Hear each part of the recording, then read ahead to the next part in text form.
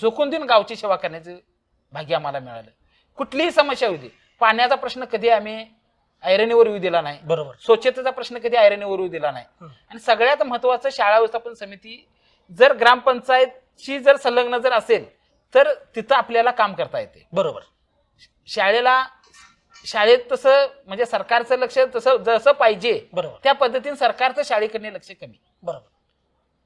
शिक्षकांचा स्टाफ असेल, काही सुविधा असतील किंवा काही योजना वगैरे असतील, बरोबर, ते थोड्याफार कमी. मग त्यामुळे ग्रामपंचायतकडे आमच्याकडे असल्यामुळं, आमच्या सभापतींच्याकडेच ते अध्यक्षपद असल्यामुळं आम्ही शाळेमध्ये त्यावेळेला मुख्याध्यापक पद रिक्त होतं, शिक्षक स्टाफ कमी होता. बर. मग काय करायचं आम्हाला सुचना.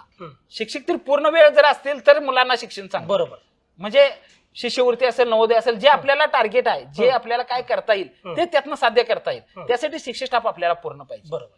आम्ही म्हणजे पोर्टलद्वारे भरायचे असेल त्यावेळी आम्ही आवर्जून जिल्हा परिषदमध्ये उपस्थित राहून तिथं नेते मंडळींना कोणाला सांगायला लागत असले तिथं सांगून की तिथं आम्हाला शिक्षक पाहिजे, तिथं मुख्याध्यापक मुद्दा लावून धरला तुम्ही. हो, अगदी लावून धरला. मी स्वतः आम्ही 10-10, 11-11 वाजेपर्यंत जिल्हा परिषदमध्ये ठाण मांडून बसायचो, काय नाही आम्हाला शिक्षक पाहिजे. त्यावेळेला शिक्षक तरी सुद्धा आम्हाला मिळायचे नाही. मग आम्ही त्यातनं मार्ग काय काढला की आमच्या गावातीलच कविता शेळके म्हणून गृहिणी आहेत, त्यांचं शिक्षण चांगलं आहे. त्यांना आम्हीच्या ग्रामपंचायत बॉडीच्या वतीनं, शाळा व्यवस्थापन समितीच्या बॉडीच्या वतीनं आम्ही असं ठरवलं की आपल्याला एक शिक्षिका कमी आहे, ते आपण नियुक्ती करू. ओके. त्यांचा पगार ग्रामपंचायतने दिला. आम्ही त्यांचं मानधन जे आहे ते आम्ही ग्रामपंचायत मधून दिलं. ओके. पण काम थांबू दिलं नाही? नाही दिलं. ते ग्रामपंचायत मानधन आम्ही, सरपंच पदाचं मानधन आम्ही उचललं नाही. ते मानधन आम्ही शिक्षणासाठी खर्च केलं.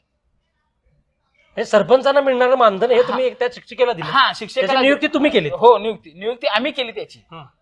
सगळ्या बॉडीने निर्णय घेतला ग्रामपंचायत मधला खर्च घालायचा आणि त्यांची नियुक्ती करायची. मुलांची कुठल्याही परिस्थितीत गैरसोय होता कामा नये. अशाच नवनवीन अपडेटसाठी डिजिटल कोल्हापूर चॅनेलला सबस्क्राईब करायला विसरू नका.